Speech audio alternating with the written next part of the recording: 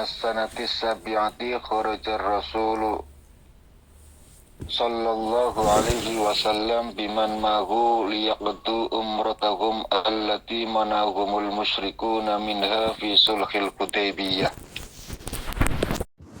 Lamma ahallu dhul Qa'dati ing dalem nalikane manjing tanggal sijine Dzulqa'dah minas sanatis sabiati kang tetep saking taun kang kaping 7 kharajat miyas sapa Rasul sallallahu alaihi wasallam biman kelawan wong mahu kang tetep sertane Rasul.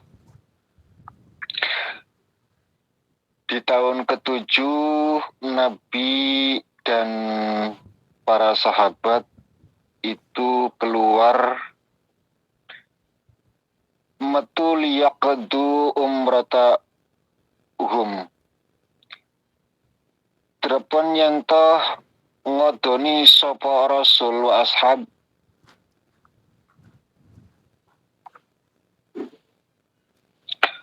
ngodoni umratahum umrahe Rasul wa ashabihi allati ya umrah managum kang nyegah hum ing Rasul wa ashabi sapa al musyrikuna pira-pira wong musyrik minha saking allati fi sulhul Hudaybiyah ing dalem perjanjian Hudaybiyah. Wa qad hamala hala teman-teman gawe sapa Rasul sallallahu alaihi wasallam mago sertane man fi hadil marratis ing dalem iki ambalan as-silahi ing senjata. Hafan karena khawatir min ghadri Quraisyin saking oleh nyidrani wong Quraisy. Walamma wasala lan ing dalem nalikane tumeka sapa Rasul sallallahu alaihi wasallam ila marrid dhahraini marang tanah Marid Dhahran alimat ngerti sapa Quraisyun wong Quraisy bikudumihi kelawan rawe Rasul fakhofat mongko kuatir sapa Quraisy fa arsalat mongko gawe utusan sapa Quraisy laku marang Rasul subbanan ing pira-pira pemuda minha kang tetep saking Quraisy. Qalu pada matur sapa saban lagu marang Rasul ya Muhammad ma'rifta mboten nate kawula ma'rifta mboten dikawruhi panjenengan bil ghadri zahiran wala kabiran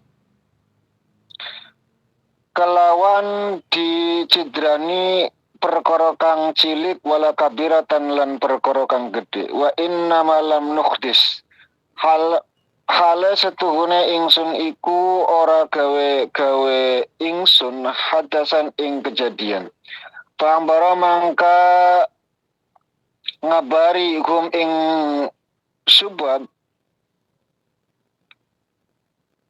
sapa Rasul sallallahu alaihi wasallam annahu kelawan setuhune Rasul iku yuridul umrata ngrasake sapa Rasul ing umrah la kita lakum ora merangi Quraisy walam qoroba lan ing dalam nalikane para dukhulul muslimina apa mlebune pira-pira wong Islam Makkah ing kota Makkah kharajat mangka metu sapa al musyrikuna pira-pira wong musyrik minha saking Makkah karihina hale sengit kabeh ru'yatal muslimina ing ningali pira-pira wong Islam yatufuna hale padha tawaf sapa muslimuna bil baitil haram ing dalem baitil masjidil haram.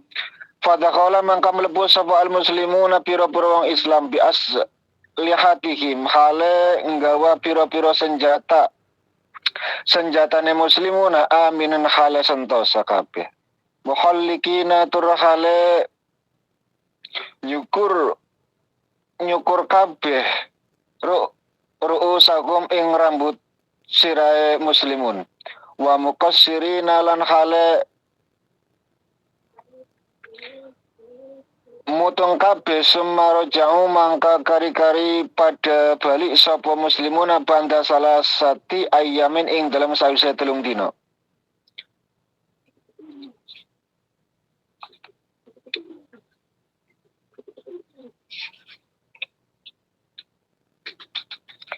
As-sanatu saminatu minal hijrati.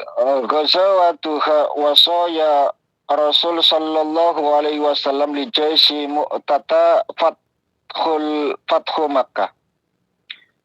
Fi sanati saminati ing dalam tahun kakang piwolu hadasa terjadi apa ghazwatu mu'tata apa perang Mu'tah. Wa fathu Makkah lan kebukane kota Mekah wa ghazwatu Hunain lan terjadine perang Hunain. Wa ghazwatu Taif lan perang Taif. Jahasa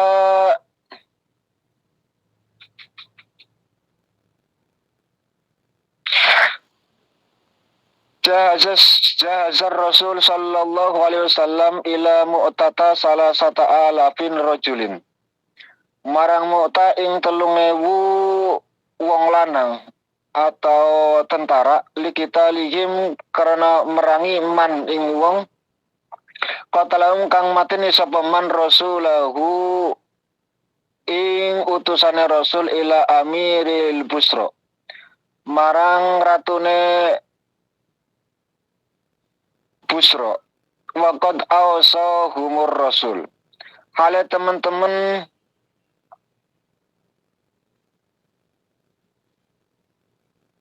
pesen hum ing wong 3.000 sapa ar-Rasul sallallahu alaihi wasallam biwasaya minha kelawan pira-pira pesenan iku setengah minha setengah saking pesenan satajiduna fiha rijalan fi sawami'i mu'tazilina fala ta'arradu lahum wala taqtulu imra'atan wala saghiran wala kabiran faniyan wala taqta'u sajaran wala taqdimu binaan.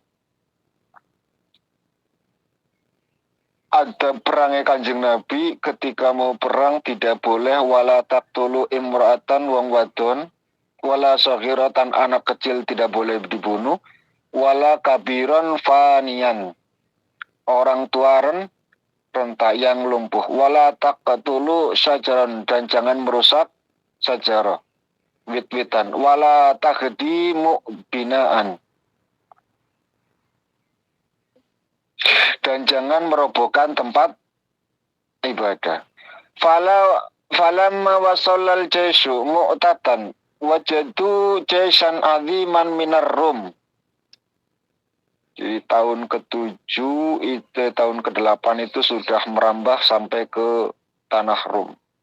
Faqataluhum mangko merangi sapa Jais ing Rum hatta kutala Zaid bin Harisah Raisul Jais. Falamma Zaid bin Harisah itu meninggal karena yang dipimpin oleh Zaid bin Harisah komandannya Zaid bin Harisah gugur fisabilillah.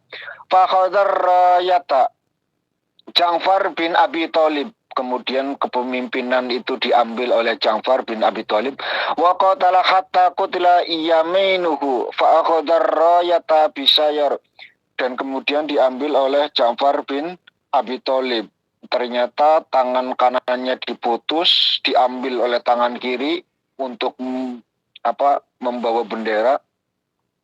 Ternyata tangan kirinya pun diputus. Fakutiat aidon fahata ahata kutila. Digepit karo pupune bendera kepemimpinan supaya tentara Muslim itu masih kuat, masih bisa semangat karena bendera kepemimpinan itu masih berdiri. Akhirnya fa'akhadhaha Abdullah bin Rawahah, diambil kepemimpinan oleh Abdullah bin Rawahah. Faqutla aidon, mati lagi. Sudah tiga pemimpin perang mati. Fa'adha Fa'akhadhaha Asy-Syahrul Basilu Khalid bin Walid. Kemudian baru diambil oleh Khalid bin Walid. Kita tahu bahwa Khalid bin Walid itu adalah sosok seorang panglima perang yang dulu sebelum Islam yang mengalahkan umat Islam di perang Uhud. Karena memang luar biasa, pikirannya cerdas, terus politiknya juga sangat luar biasa. Sehingga dari diambilnya kepemimpinan Khalid bin Walid ini terselamatkanlah umat Islam, bisa terselamatkan. Lanjutkan bayangkan bahwa pasukan 3.000 dihadang 15.000. Dipimpin Zaid kapundhut di medan perang, diambil Jabar pun gugur jadi syahid, diambil oleh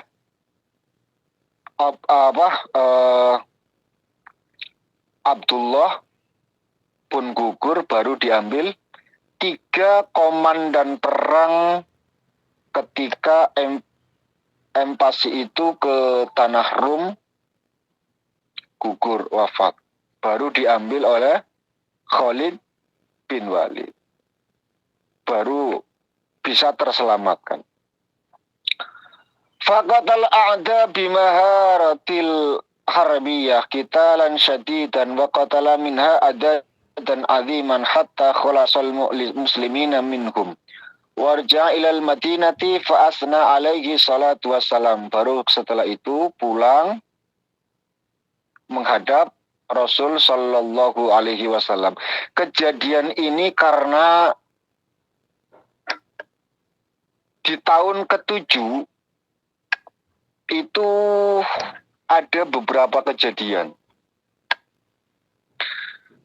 Pertama, ini sudah mendekati, Bu. Sudah mendekati Fathul Mekah. Fathul Mekah itu nanti di tahun ke-8 Hijriah. Artinya bahwa masa Nabi cuma tinggal 2 tahun lagi, karena Nabi di Madinah itu 10 tahun, baru setelah itu kapundhut kan. Tahun ke-7 Nabi ketika ketika mau qada kan, waktu di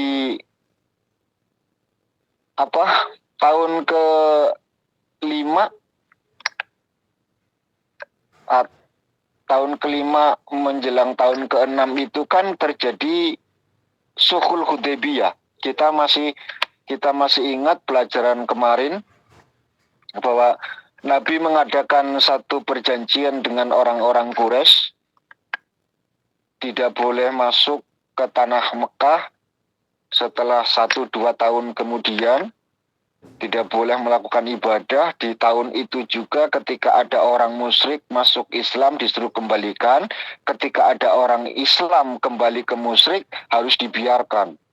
Yang sampai Sayyidina Umar itu ngotot alastu Rasul, sampai Sayyidina Umar itu saking jengkelnya mungkin lah ya, saking jengkelnya sampai meragukan. Karena begini ceritanya,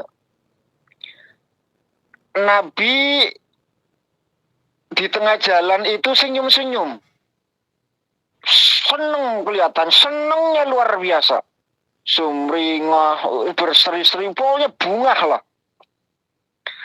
Kan Nabi digapit oleh Umar dan Abu Bakar. Lalu keduanya bertanya, ya Rasul, kok jenengan senang banget? Ada apa? Kenapa? Dua-duanya bertanya, baik Abu Bakar maupun Umar. Lalu kata Nabi,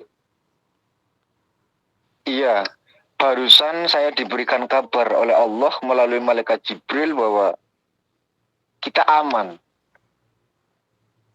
Kita kan berarti tidak lama kemudian itu akan akan Fathul Mekah gitu loh. Sudah beberapa tahun mereka tidak melakukan umroh, tidak melakukan ibadah haji, yuk kangen bareng karo tanah Mekah. Karena ini adalah perjalanan pertama dengan rombongan mau ibadah umroh, ternyata di tengah perjalanan Nabi mendapatkan kabar dari Allah Subhanahu wa taala bahwa hajatnya akan hasil. Ternyata di tengah perjalanan di tanah Hudaybiyah dicegat orang musyrik, dilarang untuk masuk. Kan marahnya luar biasa. Tidaklah ada kabar dari Nabi yang disampaikan kecuali itu adalah kebenaran gitu loh. Jadi apapun kabar dari Nabi pasti benar. Tapi kok yang ini enggak gitu loh. Sehingga Umar itu meragukan jenengan kayak si Rasul apa ora sih? Masih Nabi apa bukan? Kata Nabi, ya masih. Tapi kenapa? Tadi jenengan mengatakan kita itu akan aman masuk ke Mekah, kita tawaf, kita ibadah. Nabi masih sabar ngadepin santri sing kaya Umar. Sing beling-beling ngono mantan preman, bayangkan jenengan. Orang mateni wong ya gatel tangane piye jare. Kata Nabi, ya kan aku orang ngomong saiki, Mar. Tanya ke Abu Bakar, piye menurutmu? Jane Nabi kayak si Nabi orang informasinya kayak keliru. Lah Nabi kan ngomongnya insya Allah.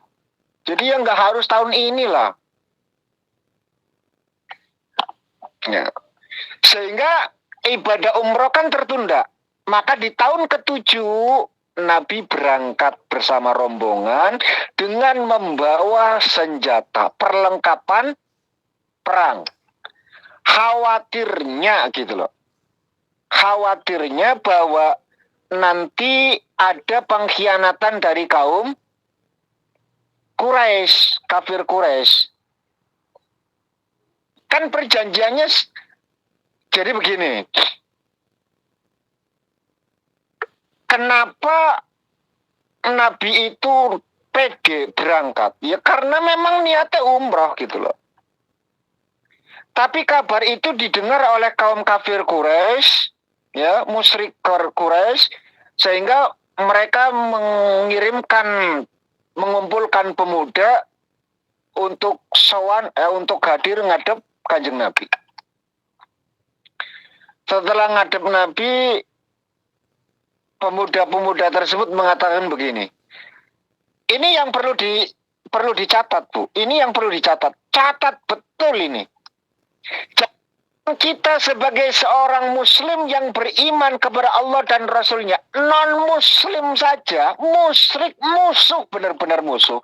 Wong sing sengit karo Kanjeng Nabi, enggak seneng belas karo Kanjeng Nabi, pun mengakui, ya, mengakui bahwa para pemuda-pemuda itu pun mengatakan, qalu ya Muhammad, ma'urifta bil ghadri saghiran wala kabiran wa innamal lam nuqtis hadasan.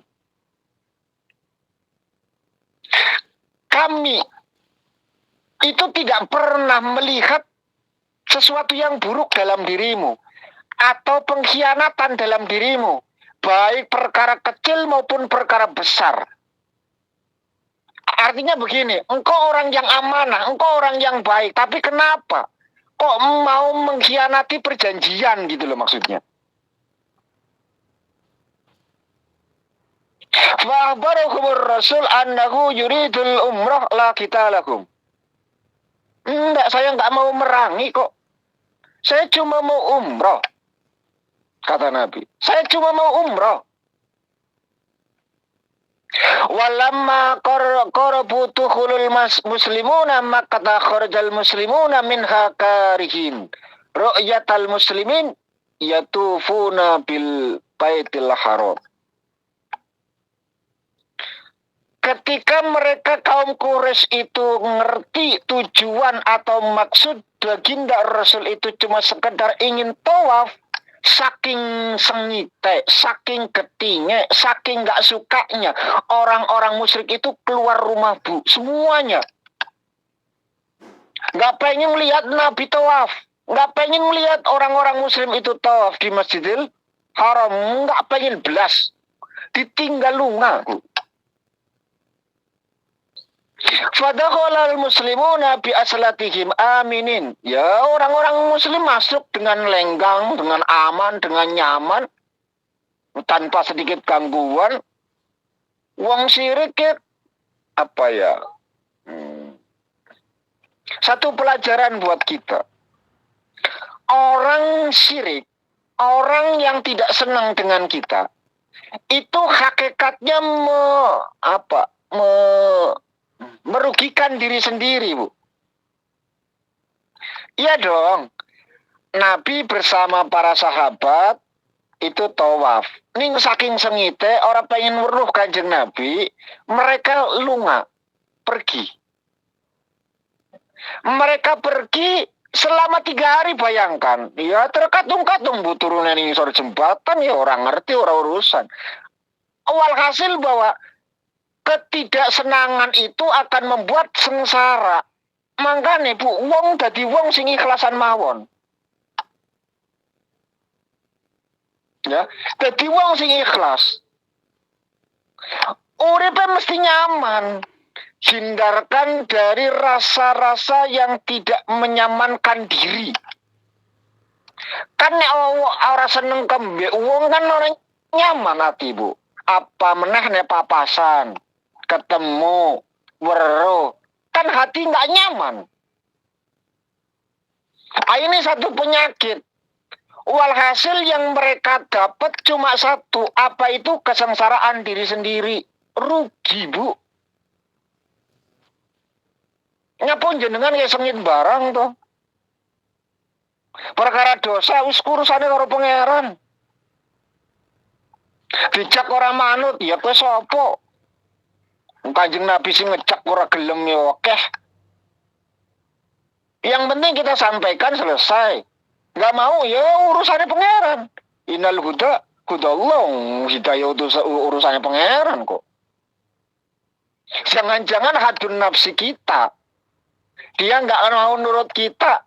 Lalu kita marah, jangan-jangan dia nggak manutnya sama kita, nggak nurutnya sama kita, nggak mau diajaknya sama kita.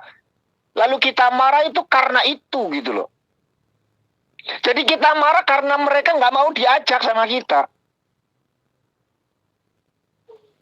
Nah, itu hadun nafsi namanya. Nggak enak, Bu.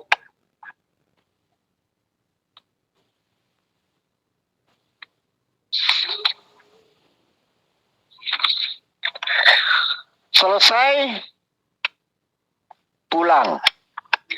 Setelah pulang, Bu, di tahun ke-7 itu, nah, Nabi ini itu apa sih ya namanya, bukan di rumah, disambut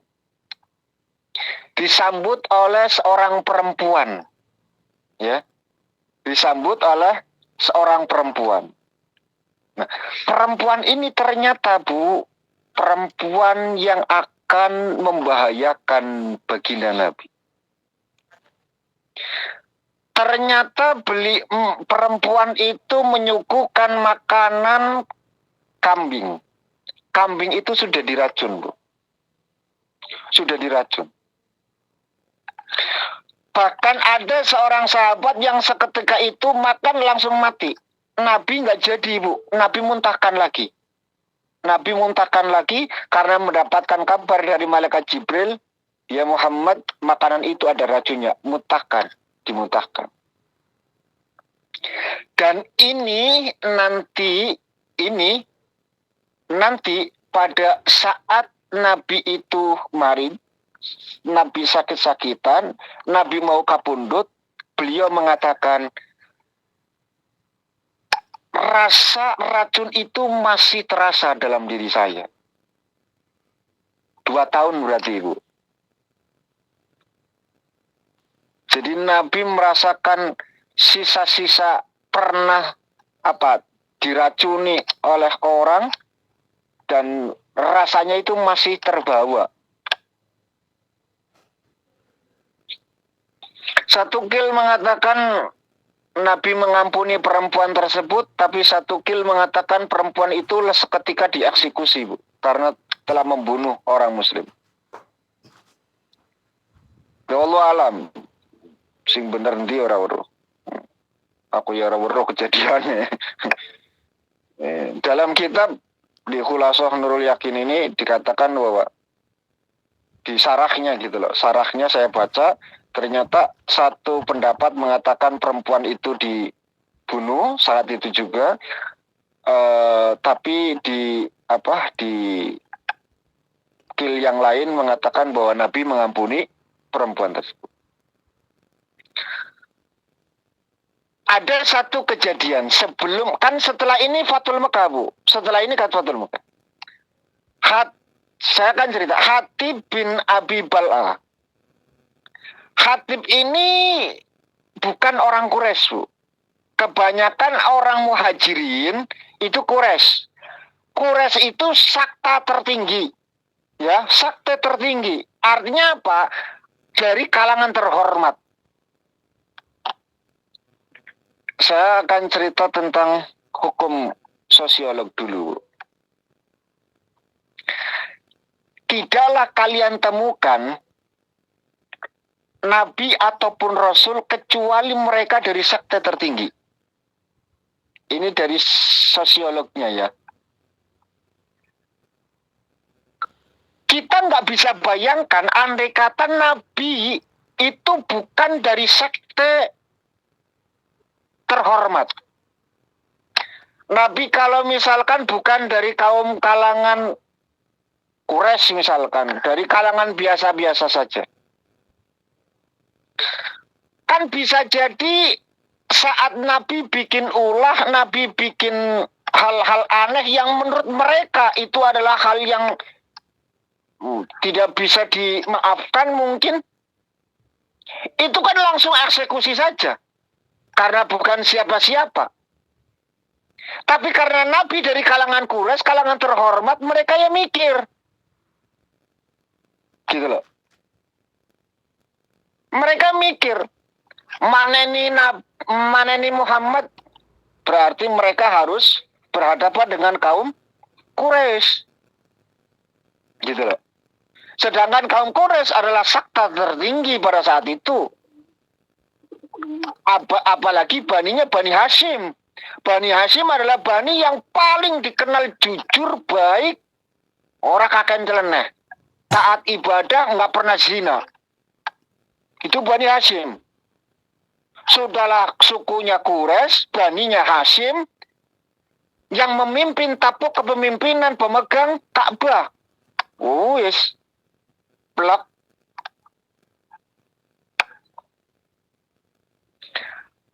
Nah, Hatib bin Abi Bal'ah ini bukan orang Quraisy. Hatib ini adalah sosok seorang yang tahu persis kekuatan Rasul ketika sudah pindah hijrah ke Madinah. Hatib bin Abi Bal'ah ini potensi Fathul Mekah pasti akan terjadi. Nabi pasti akan pulang ke Mekah dengan tentara yang kuat, gagah berani. Dengan kekuatan penuh. Akhirnya Hatib bin Abi Bal'ah itu kirim surat, Bu. Kirim surat, kirim utusan, kirim mata-mata untuk ke Mekah. Tapi Nabi kan kasar, Bu. Dikasihkan informasi itulah melalui malaikat Jibril, ya Muhammad, ada seseorang yang berkhianat. Ya, ada orang yang berkhianat mau membocorkan tentang kekuatanmu. Sayyidina Ali diceluk. Ali, sini. Siap ya Rasul. Ada apa? Kamu kejar ciri-ciri ini, perempuan ini, dia adalah orangnya Hatib, bawa surat, rampas suratnya. Dikejar, ketemu Bu. Sayyidina Ali cerdas luar biasa, gerak-gerik apapun ya dipahami. Haidarullah, julukannya singanya Allah. Dipegang, dibuka, ternyata memang pembocoran, Bu. Sekarang begini, dalam hal militer, membocorkan kekuatan pasukan itu adalah satu yang sangat visual, yang tidak bisa diampuni gitu loh. Hatib dihadapkan. Hatib, benar, kami itu kirim surat melalui perempuan ini. Iya, betul. Umar wis gregetan, Bu. Umar wis gregetan. Ya Rasulullah, nggak usah wis minta penjelasan apapun. Ini orang sudah membocorkan, sudah khianat. Ini orang sudah fasik. Bunuh saja. Umar dilawan. Kata Nabi, kok saya tahu mahar? Aku harus tahu alasannya itu apa gitu loh. Koreso Nabi, coba dengan pikir ya Rasul, andaikan ini bocor, mati kita. Mungkin mereka itu berkoalisi dengan seluruh tentara-tentara Romawi, disuruh untuk Habasa, untuk untuk merapat, sehingga saat kita ke sana kita merasa bahwa kecil, tapi ternyata pasukan di sana jauh lebih besar, tewas kita. Rahasia kita sudah dibocorkan. Ini bahaya. Watak orang semacam ini sudah munafik katanya. Marah luar biasa Umar. Nyabut pedang, saya tebas saja petang lehernya. Kosek tomar, kata Nabi. Kosek sabar toh. Hatib, dalem Rasul. Nyapo awamu ke ngono kuwi. Begini ya Rasul. Jenengan aman. Abu Bakar orang Quraisy. Umar orang Quraisy. Hampir semua orang muhajirin itu Quraisy. Artinya apa? Hartanya aman di sana. Mbok-mbok enomnya pun aman di sana. Sekarang begini, sudah menjadi tradisi perang kita. Andaikan kita memenangkan peperangan itu, harta mereka jadi ghanimah, perempuan mereka jadi amat. Saya bukan orang Quraisy. Harta dan istri-istri saya nanti bisa dijadikan ghanimah. Harta saya bisa jadi rampasan perang, istri-istri saya bilang istri-istri Bu. Karena hampir semua orang Arab saat itu nggak punya istri satu. Semuanya lebih dari 4. Wih, bojone agak-agak. Istri-istri saya bisa jadi amat. Bisa jadi budak. Kalian aman. Umar aman, Abu Bakar aman. Karena mereka adalah orang-orang Quraisy, sakta tertinggi. Mereka melindungi harta mereka di sana. Banyak kerabat, saudara, teman mereka yang di sana. Lah aku bukan siapa-siapa. Kata Umar ngompor-ngompor itu kan, ini cuma hanya masalah harta loh. Ini cuma masalah harta. Bukan masalah tauhid. Sudah matikan saja. Bunuh saja Hatib itu. Mar, kata Nabi. Kue orang weruh pangeran. Engkau nggak tahu Allah. Aku sing weruh Gusti Allah. Aku wis di kabar. Sapa wonge sing melu perang Badar, kabeh polahe seapapun polahnya mesti disepuro karo pangeran. Ingat, Hatib bin Abi Bal'a itu adalah orang salah satu termasuk orang yang ikut perang Badar, Bu. Jaminan dari Allah Subhanahu wa taala turun ayat Quran menjamin kesentosaan yang ikut perang Badar. Bayangkan, yang gugur di medan perang syahid, yang hidup sepola apapun bakal disepuro karo pangeran. Ya kan nggak adil kan, sing yang gugur mati syahid, yang hidup tidak dapat kompensasi, kan nggak adil namanya. Maka demi menunjukkan keadilan Allah Subhanahu wa taala, sampaikan kepada mereka ya Muhammad, orang yang ikut perang Badar yang mati syahid, yang hidup polaknya seperti apa tak ampuni, termasuk Hatib bin Abi Bal'a. Ini dosa yang luar biasa, Bu. Tapi wong pangeran wis nyepuro piye meneh. Sepola apapun baik yang sudah maupun belum dilakukan di sepuro karo pangeran sing ikut perang Badar.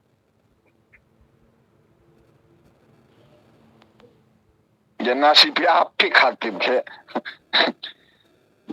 Mah nasib ke memang nasib wis apik, wis mujur ya wis kemanapun. Terus akhirnya Hatib itu tobat, ya wis aku orang lakoni meneh. Akhirnya ya wis aman.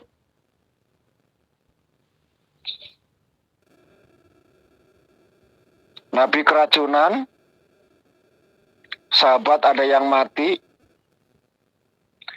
bocor sebelum Fatul Mekah, Hatib ditahan, diinterogasi, tapi dibela oleh Kanjeng Nabi karena Allah mengampuni. Umar lagi-lagi kalah. Sing gembremet ya memang Umar. Umar ya wis kangen karo mbok enom kok. Sampai jengkele Umar, Bu, jengkele Umar. Ini yang kalian perempuan ya. Saya rasa kalian itu enggak pernah puasa dalail ya, Bu ya. Ada yang pernah puasa dalail, Bu? Enggak kan? Enggak ada kan? Apa ada? Enggak ya. Perempuan masalah. Puasa dalail itu sanade ora ke Kanjeng Nabi, Bu. Sanade puasa dalail ke cuma ke Sayyidina Umar. Ya gara-gara Sulhul Hudaybiyah itu wis seneng ya, wis seneng arep ngeloni bojo mbok enom tapi ternyata gagal gara-gara Sulhul Hudaybiyah. Akhirnya gembremet sampai aku durung ketemu karo mbok enom ya pan puasa. Akhirnya puasa setahun, Bu. Jadi sanade puasa dalail ke Kanjeng Nabi, ora ke Kanjeng Nabi tapi ke gara-garane kuwi. Makanya puasa dalail ke menjadi kafarat. Ya, menjadi kafarat dosa. Ya masalahnya Umar itu benar-benar rodo meragukan kerasulan Nabi, masalah wis. Saking jengkel, kelepasan lah ya. Saking marahnya gitu loh. Kelepasan sehingga akhirnya ya puasa dalail menjadi kafarat. Sajane ya tanpa itu ya tetap diampura. Sayyidina Umar ya ikut perang Badar gitu loh. Sepola apapun tetap di sepuro karo Gusti Allah.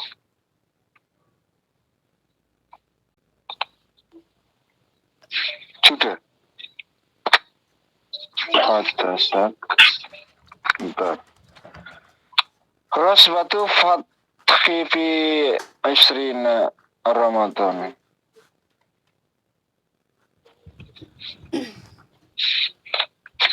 Sudah, Bu. Sudah selesai. As-sanat saminal hijrah. Waswatu. Iya. Sudah selesai. Waswatu fathi fi Isrina min Ramadan. Insyaallah besok baru kita bicarakan tentang Fatul Mekahnya. Besok lah ya. Al-yawma yaumul marji. Kapan itu terjadi, di bulan apa Fathul Mekah itu, insya Allah kita akan bahas pada pertemuan yang akan datang. Ada pertanyaan? Sengaja saya sudahi karena memang punya niatan untuk sesi tanya jawab. Masih ada waktu 12 menit. Ya, ini di luar tema dan memang menanti-nanti karena pertanyaan ini yang punya pertanyaan ingin dijawab langsung oleh Abah Alam Maulana. Muarem tentunya Abah. Pertanyaannya seperti ini Abah. Ada sepasang kekasih yang kemudian sepakat untuk menikah. Nah, dalam pernikahan itu mas kawin menggunakan uang dari pihak perempuan dengan ikrar dari pihak laki-laki adalah utang. Pada waktu itu seberat 10 gram emas. Berjalan pernikahan sampai beberapa tahun, mulus, lancar, tiba-tiba ada badai menerjang, maka jatuhlah talak 1 sebelum mas kawin yang hutang tersebut dilunasi. Kemudian setelah dari talak itu beberapa waktu ditanya sang suami, maksud kamu talak itu gimana? Serius apa enggak seperti itu? Kemudian jawaban dari sang laki-laki itu khilaf, katanya seperti itu Abah. Khilaf gitu saja. Ya sudah, nanti kalau pulang dari Taiwan akan melaksanakan nikah lagi seperti itu. Iya, karena juga sudah lebih dari 3 bulan atau lebih dari 3 kali masa suci, berarti harus nikah dengan akad yang baru. Yang menjadi pertanyaannya, kemudian setelah beberapa lama dinanti, itu kok sang suami itu masih belum juga bisa mengumpulkan uang untuk melunasi yang mas kawin di pernikahan yang pertama itu Bapak.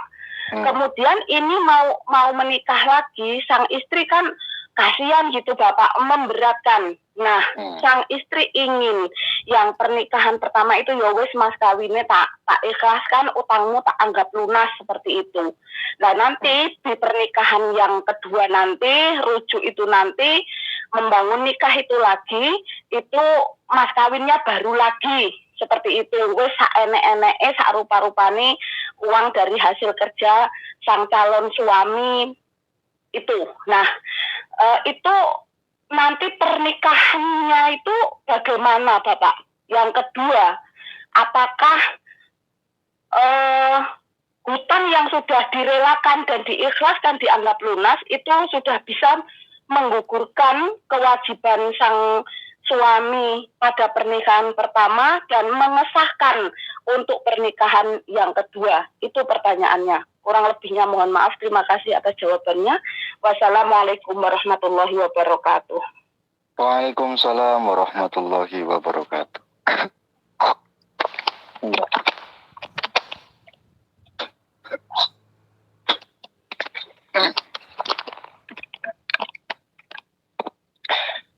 Baik.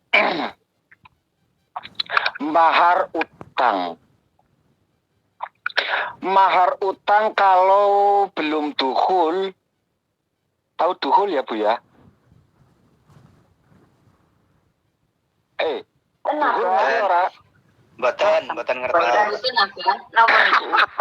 Pak Rahmat, kayak latihan kayaknya Pak Rahmat. Dukhul itu adalah hubungan intim pertama kali, namanya dukhul. Ya, malam pertama atau apa? Malam pertama itu dukhul namanya. Kalau setelah dukhul kan nanti jima hukumnya, dihukumi jima. Oh, lara paham Bah.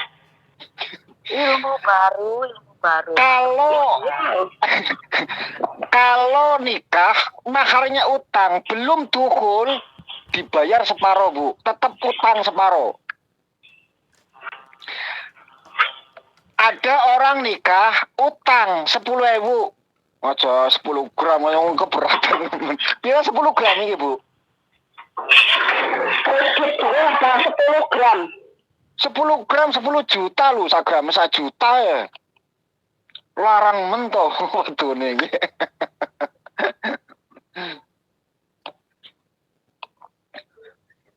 Ketika 10 gram tidak dibayar, maka sebelum dukhul ya, nikah malam mau dukhul terjadi cekcok dulu sehingga belum sempat dukhul terjadi pertengkaran yang hebat, akhirnya memutuskan untuk pisah sehingga tidak terjadi dukhul, maka wajib dibayar separuh, Bu. Tetap esin duwe utang 5 gram. Catat ya, orang urung bayar ning orang rasa kena, makanya malam pertama plus wewes langsung.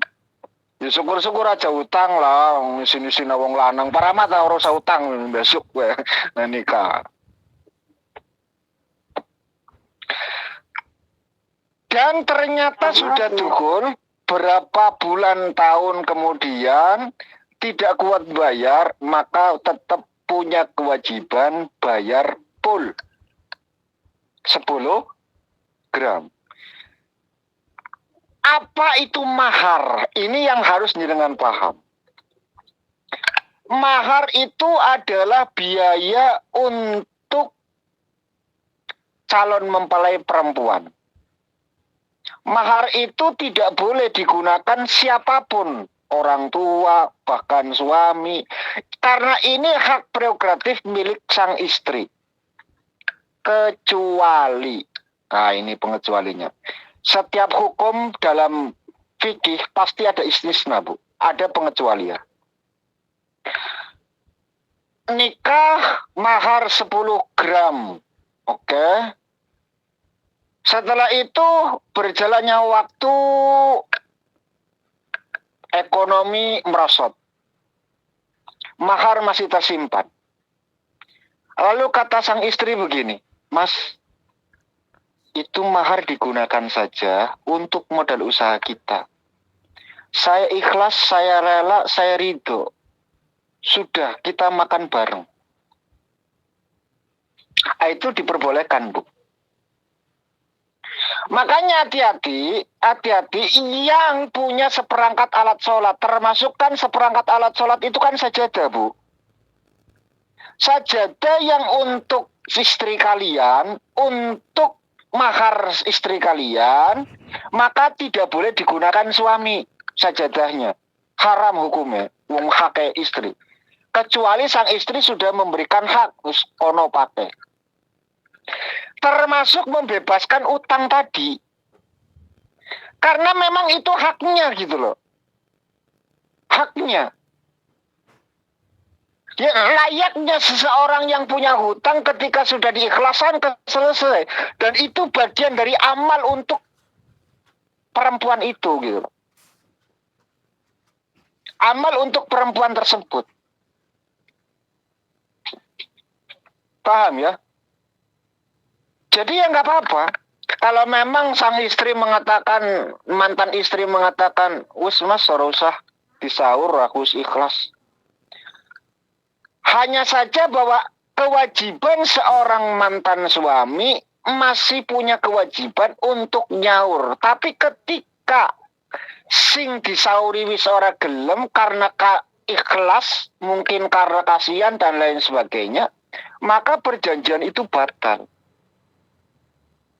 Dan itu bagian amal untuk perempuan, gitu loh. Lanangnya orang pahala, Bu. Nggak dapat pahala. Harga diri laki-laki jatuh. Iya, sing jelas. Yang jelas harga diri seorang laki-laki jatuh, gitu loh. Itu pasti. Dan itu adalah satu kebaikan untuk sang istri karena membebaskan gitu loh. Paham ya? Jadi hukum untuk utang piutang soal mahar itu ketika belum dukul sudah putus, sudah cerai, dibayar separuh. Tapi kalau sudah sampai dukul, walaupun cuma sekali, kudu full bayar. We bayarannya dukul ngono lho. Paham ya? Adapun setelah itu mau nikah lagi ya terserah. Dan baiknya seorang perempuan, baik perempuan, maharnya itu yang gampang. Sebaik-baik perempuan adalah yang maharnya yang gampang.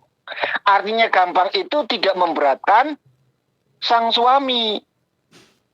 Duene wesi ya wis wesi ae. Ya sahabat Nabi pernah punya cincin dari apa? Dari besi loh. Ya sudah itu gitu loh. Dan itu kemuliaan untuk seorang istri, tidak menjatuhkan seorang martabat istri, melainkan dia itu tinggi di sisi Allah Subhanahu wa Ta'ala, karena demi untuk menjalankan syariat agama tidak mempersulit ngono lho. Kan nikah bagian syiar syariat agama. Ketika seseorang itu memberikan jalan peluang yang baik, tidak memberatkan, itu kan merupakan bagian kemuliaan. Seorang perempuan yang wes saenene lah. Kowe duwene apa? Aku duwene plastik kresek. Yo plastik kresek ya apa-apa nggo. Naleni raimu. Maharku plastik kresek. Nah, artinya bahwa seorang perempuan itu mulia di sisi Allah Subhanahu wa Ta'ala karena memberikan peluang, memberikan kemudahan untuk menjalankan syariat agama gitu loh maksudnya. Tapi sebagai seorang laki-laki, Mas Pak Rahmat, sebagai seorang suami, yo juga turun derajatnya laki-laki. Nabi saja yang konon katanya dikenal nggak punya apa-apa, melarat segala macam, maharaya onta sewu kok miliaran saiki. Tapi Nabi sendiri mengatakan sebaik-baik perempuan sing maharemu murah. Karena Nabi ngukur awake dhewe. Nabi ngukur kemampuane umate, ngono lho. Makanya ada bagian-bagian kesunatan yang tidak bisa dilakukan oleh orang lain, dan itu bagian kewajiban yang dilakukan oleh Nabi. Artinya Nabi bisa bebas melakukan itu, tapi tidak untuk umatnya, gitu loh. Ada perilaku Nabi yang tidak patut, tidak bisa, dan tidak boleh dicontoh oleh umatnya. Ya, ada. Kemarin saya sudah cerita, misalkan contoh wusulnya Nabi saat itu langsung membersihkan diri dari hadas dengan tayamum, padahal 100 meter di depan ada air. Hukum fikih kan mati di sini, Bu. Mau Imam Syafi'i mengatakan batal Nabi, ya ora wani wong sing duwe syariat Kanjeng Nabi kok. Tapi Imam Syafi'i menegaskan bahwa yang dinamakan tayamum itu setelah tidak menemukan. Kalau tidak menemukan berarti harus nyari dulu. Nabi orang golet sama sekali. Nek ngono berarti tayamumnya Nabi batal ngono, ya ora wani. Artinya apa? Ini perilaku Nabi yang tidak patut dicontoh. Tidak boleh, bahkan kalau dicontoh rusak. Ya jajal jenengan nyontoh karo Kanjeng Nabi. Tayamum saja, paling jadi ngenek banyu. Alasannya wusul karo pangeran. Wah, wusul bukun bat. Wusul mbahmu. Paham ya? Jadi mboten apa-apa. Artinya karena seorang istri sudah membebaskan hutang itu, ya sudah. nggak apa-apa, wong itu haknya gitu loh. Aku wis ikhlas mas. Dasar awamu kayak kerek, memang kerek gue. Tadi tak ikhlas naik lah. Timbangannya 10 juta kelalaran ya. Sudah aku ikhlaskan saja. Atau kemungkinan kedua, jane lanang yo malah saya tenan. Kemungkinan itu kan ada. Oh lah sudah di bojone iki. Kan gitu. Sing dadi wong wadon aku tuh cerewet sithik, Bu. Wadon manut ora dadi, Bu. Ya, sunah wadon cerewet. Nek wadon ora cerewet orang lakoni sunah, Bu. Marena lanange ora semangat kerja masalahnya. Ya. Bawele wong wadon ke rahmaten rumah tangga, Bu. Ora masalah wis tenang. Berarti gelem megawe, Pak nggih. Iya. Lanang turu kono nyebut gawe kono lho. Kan itu sesuatu yang tidak boleh dilakukan sebenarnya kan. Jenengan pernah ngaji kitab Uqudul Jan, pernah ngaji kitab Quratul Uyun, bagaimana hadis-hadis itu melaknat perempuan yang nadanya lebih tinggi ketimbang laki-laki. Oh, Gusti Allah alam semesta nglaknati wong wadon model ngonton kan? Wis tenang mawon nang Gusti Allah ke maha nyepuro. Artinya apa? Bahwa ada semangat untuk seorang laki-laki penanggung jawab rumah tangga untuk memberikan nafkah, mencari nafkah gitu loh. Piye-piye kesalahan yang semacam ini, Bu. Kesalahan ini kan kesalahan yang luar biasa. Tapi kesalahan yang semacam ini bakal disepuro karo pangeran. Marga gawe semangatnya wong lanang nyambut gawe ngono lho. Kecuali kesalahannya wong wadon selingkuh wis ora bisa ditoler kuwi mah. Tapi nek cerewete karo wong lanang ben supaya nyambut gawene semangat, tanggung jawab anak bojo ora masalah. Malah sunahe wong wadon kudu sing cerewet. Paham ya? Sampun nggih? Sudah ya? Waktunya sudah jam 7 lebih. Baik, itu saja yang bisa saya sampaikan. A'udzubillahi minasyaitonirrajim. Bismillahirrahmanirrahim. Allahumma sholli ala sayyidina habibina syafina karimad dukhrina maulana Muhammad wa sallim wa radhiyallahu tabaraka ta'ala kulli sahabati rasulillah alhamdulillahi rabbil alamin wal aqibatu lil muttaqin wassalatu wassalamu ala rasulina Muhammadin wa alihi wa sahbihi ajmain. Allahumma nadim ahwalana wa ahsin ahwalana wa khallisna min alamil faqri wal dhulli wa asinna min al bala wal waba wat ta'un wa min syarril a'da wasyayatin wan nafsil ammarati bisu. Allahumma yasir lana al intidam fi jamil umur dunyawiyyah wa diniyah وحسن مرادنا بالخير. اللهم بعدنا من الشر والعصيان. اللهم إنا نعوذ بك من جهد البلاء وترك الشقاء وسوء القضاء وشماتة الأعداء. يا محول الحول والأحوال حول حالنا إلى أحسن حال. اللهم يا كسر النوال ويا خالق جميع الأفعال وفقنا لنيات الخير في جميع الأقوال والأحوال. اللهم سلمنا وسلم ديننا ولا تسلب وقتنا إيماننا ولا تسلط علينا من لا يخافك ولا يرحمنا وارزقنا خير الدنيا والآخرة إنك على كل شيء قدير. ربنا هب لنا من أزواجنا وذريتنا قرة أعين واجعلنا للمتقين إماما. ربنا آتنا في الدنيا حسنة وفي الآخرة حسنة وقنا عذاب النار.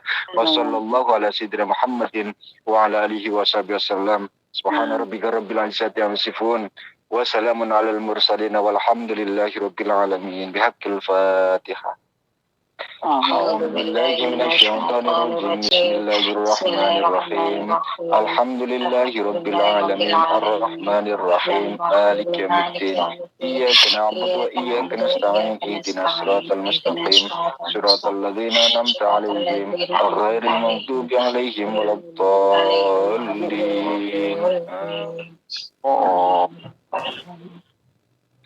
Sekian dan demikian yang bisa saya sampaikan. Terima kasih atas segala perhatian. Mohon maaf atas segala kekurangan. Subhanakallahumma bihamdika asyhadu an la ilaha illa anta astaghfiruka wa atubu ilaik. Akhiru da'wana walhamdulillahi rabbil alamin. Wassalamualaikum warahmatullahi wabarakatuh. Waalaikumsalam warahmatullahi wabarakatuh.